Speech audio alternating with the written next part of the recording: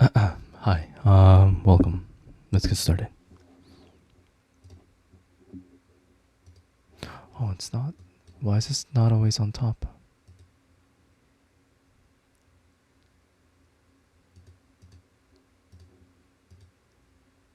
Interesting.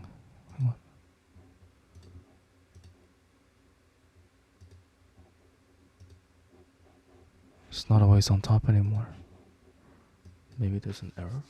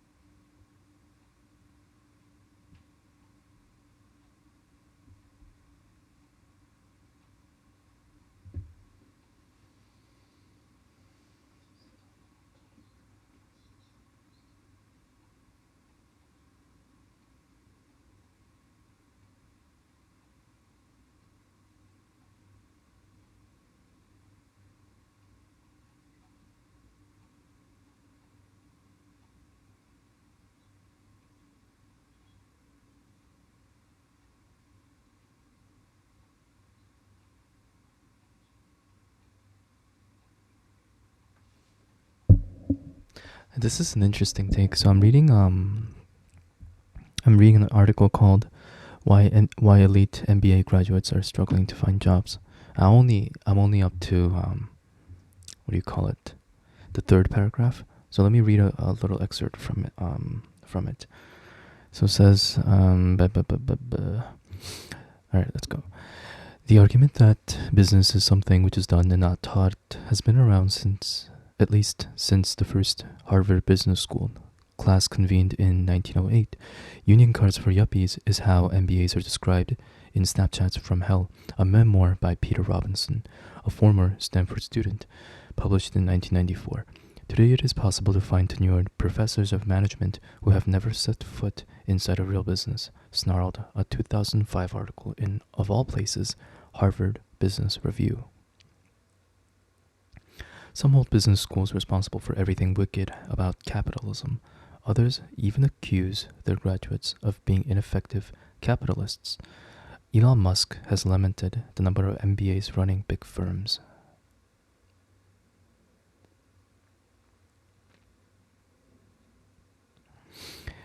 So this is it's what do you call it?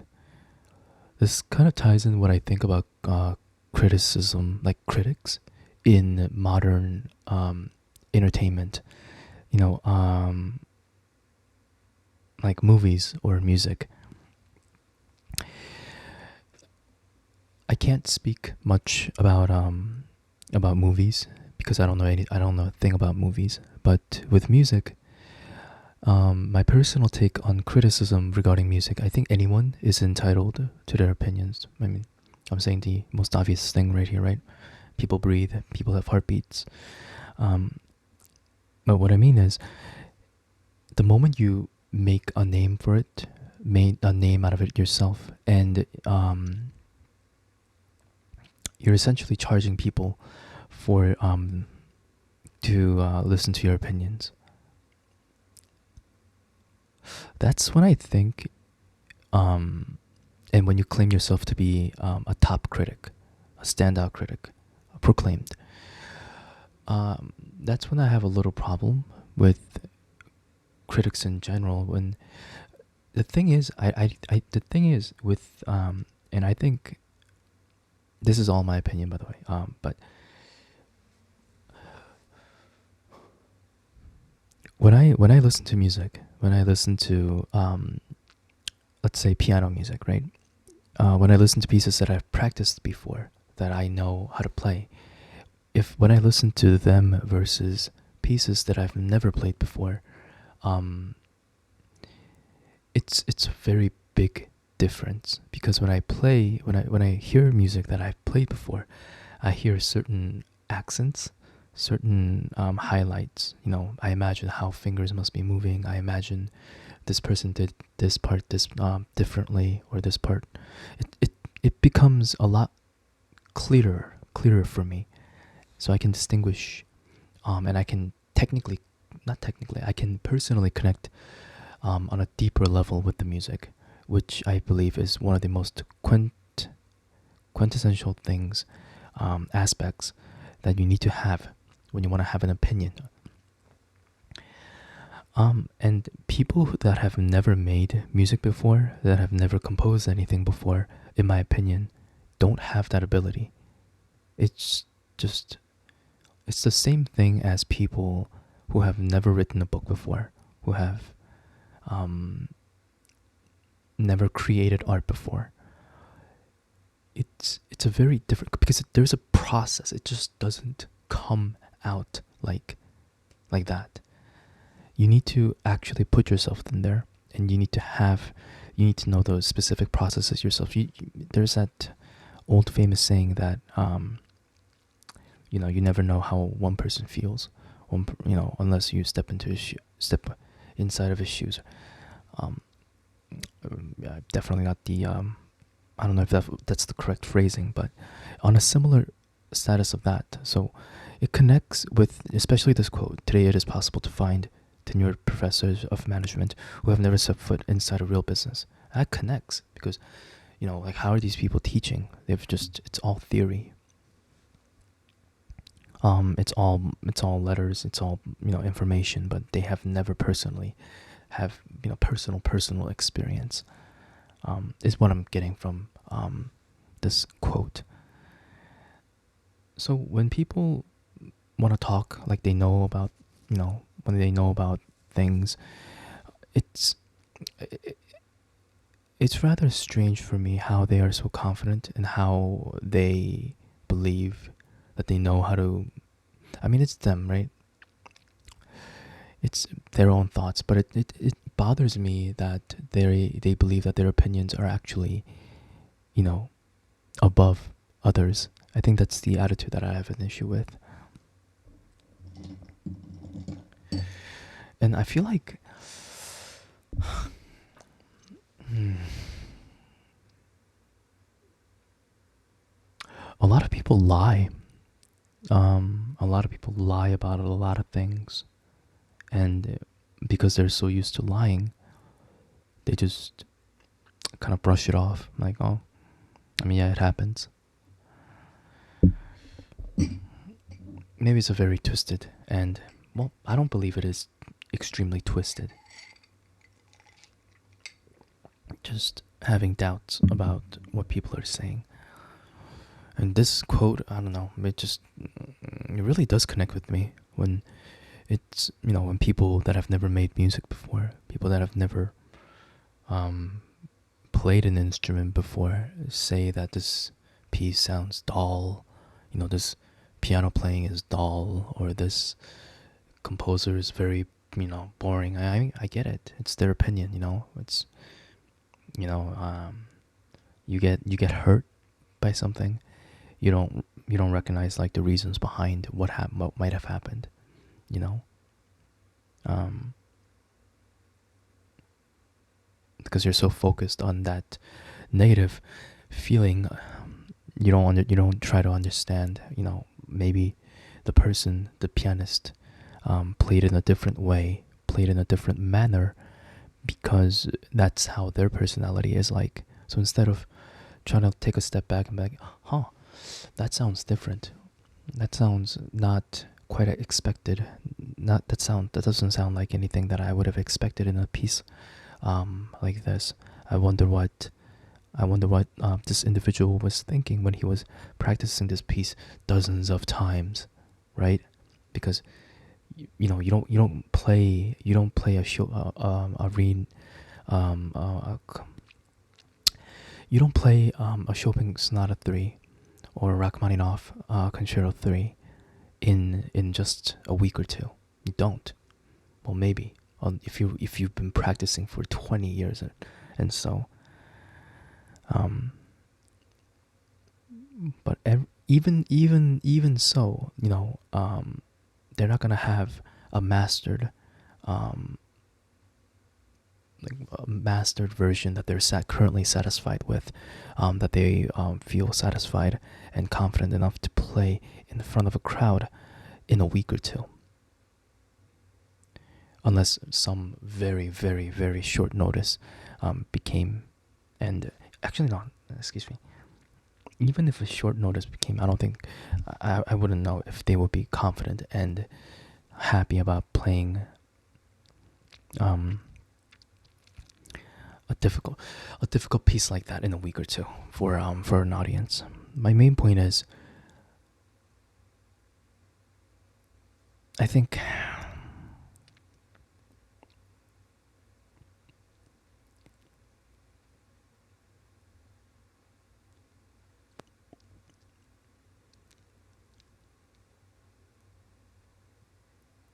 in order to be a critic, you have to be very good. You have to be very good at conveying your thoughts, your feelings. So in the most basic form, you have to be good at writing. I think that's the most important thing to be a critic. 1000%.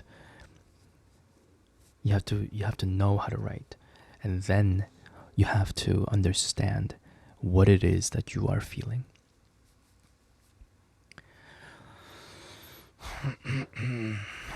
Yeah.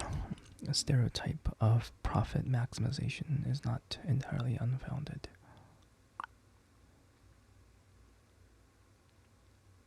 What are these folks like on the weekends?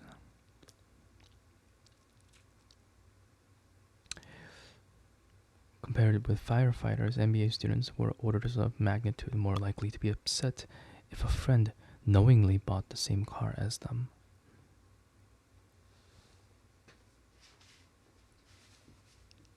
Sounds like something from this book. Why? Why? That's an so I know I have so this is similar to that experiment with regarding the triads of words. The experiment where the scientists wanted to know if people knew if people instinctively kind of knew whether those three words were connected in a very short amount of time, 2 seconds, and the accuracy of that was astonishing. They knew, but they just couldn't find the correct explanation to explain why. But they knew. They knew the answer. They knew what it was. And if I recall correctly, your mood depends a lot. You know.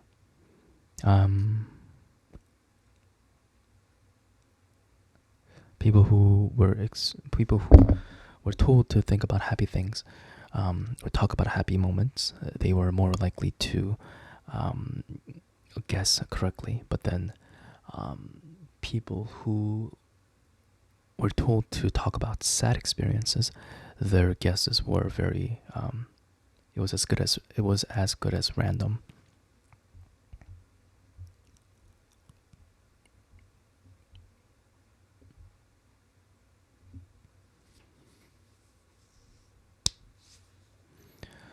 Three academic shows that managers with business degrees are less likely to share profits with workers than their less commercially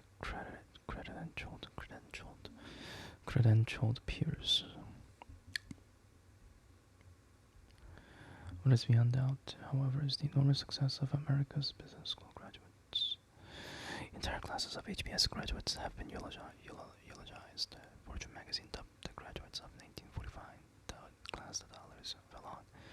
The class of 1982 included Jamie Dimon, the boss of J.P. Morgan Chase, Jeffrey Immelt, the former boss of General Electric, and Seth Klarman, a notable investor. I wonder why this individual decided to use the word boss instead of a CEO.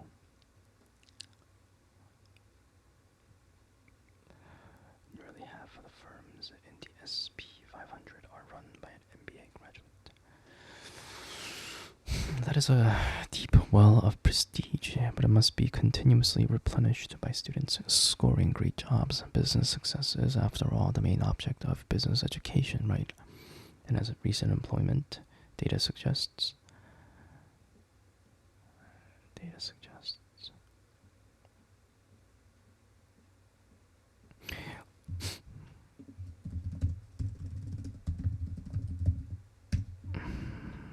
plural.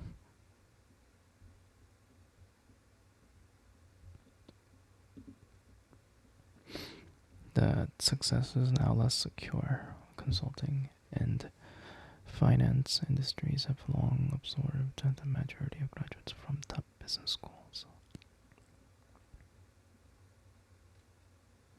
Every year, McKinsey, Boston Consulting Group, and Bain, the top consultancies, provide business schools with plenty of new recruits. Many return after the degrees, along with new converts to the industry. The business school consulting complex allows the firms to bag credentialed students. Business schools get a steady stream of quick studies and reliable fees. The share of students opting for jobs in finance, particularly at banks, has fallen since the financial crisis, but there remains a sizable cadre of private equity bros on campus. Some describe themselves arithmetically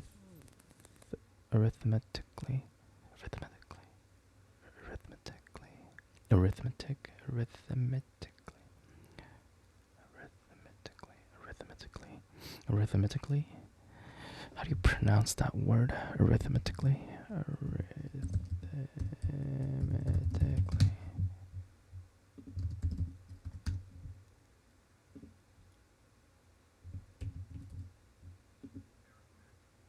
Arithmetically.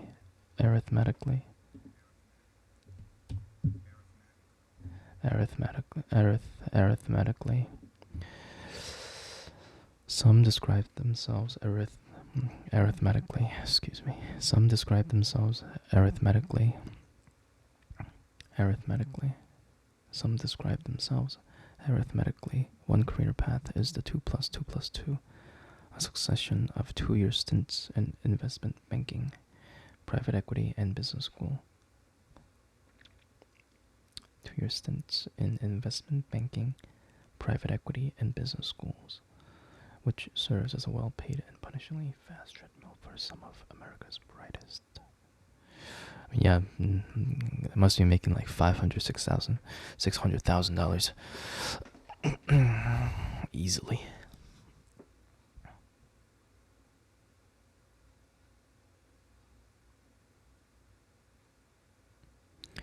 Analysis of data from 4 top schools: Chicago, Booth, Columbia, MIT, Sloan, and NYU Stern. Finds that the number of graduates ending up at the big three consultancies declined by quarter last year compared with the 3 years before. Just sounds worrying for graduate tech.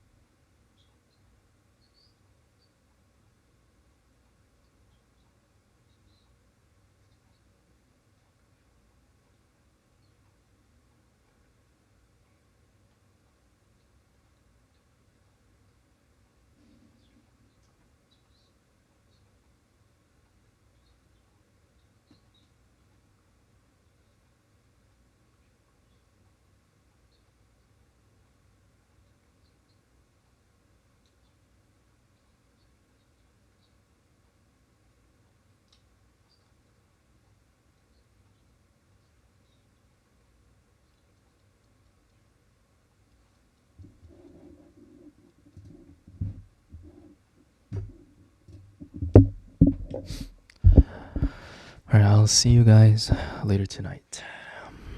Bye bye.